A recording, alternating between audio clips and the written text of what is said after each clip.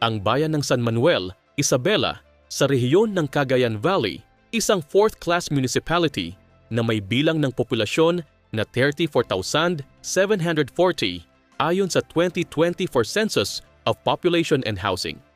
Dito, ang bawat pamilya at bawat individual ay may pangarap para sa isang maunlad at mapayapang buhay.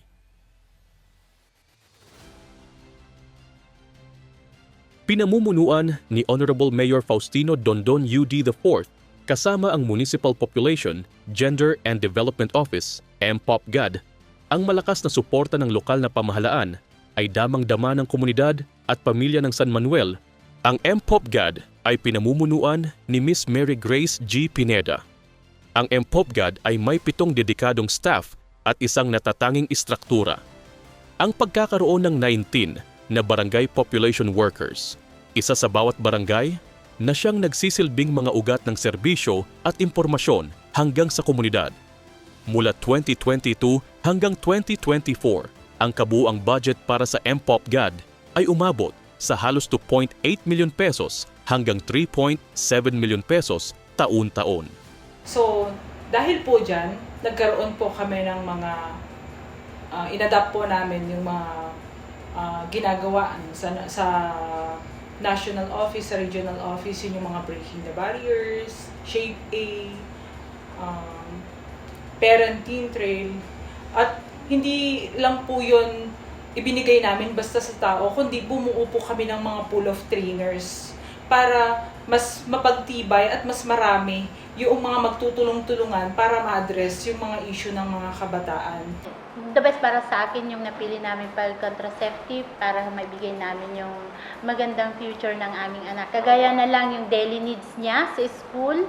Kung marami sila, ma'am, hindi namin may bibigay, hindi talaga. So, pag isa lang, nakapokus po sa kanya. Sa tulong ng kanilang mga barangay population workers at pati na rin ng PopDev database system, mas natututukan at nabibigyang pansin ang mga serbisyong para sa komunidad. Ito ang puso ng kanilang evidence-based planning. Ayon sa datos, makikita ang positibong epekto ng mga programang inilatag ng munisipalidad. Bumaba ang bilang ng mga kabataang nagbubuntis o mga panganganak sa mga kabataan. Isang magandang senyales para sa kinabukasan at kalusugan, lalo na ng mga kabataang babae. Samantala, tumataas naman ng 56% ang bilang ng mga gumagamit ng family planning methods na nagpapatunay ng epektibong paghahatid ng serbisyo. Unang-una sa atin po mga kababayan dito sa bayan ng San Manuel, asahan niyo po ng inyong local chief executive at ang inyong local government unit kasama po ng ating legislative officers at mga department head ay taus-pusong tinututukan ang pagbabantay po sa ating pagpapaganda ng ating Population, Gender and Development Program. Hindi po namin papabayaan na ang ating pinaka-importanting resource po dito sa ating komunidad, kayo, yung ating mga human resource, ay mapagkukulangan po ng serbisyo. Ang tagumpay ng San Manuel sa pagharap sa mga hamon ng populasyon at pag-unlad ay patunay na kapag nagtulungan ang pamahalaang lokal, ang mga ahensya at ang buong komunidad, walang imposible. Para sa mga San Manueleno, ang bawat datos ay may kwento at ang bawat kwento ay may solusyon.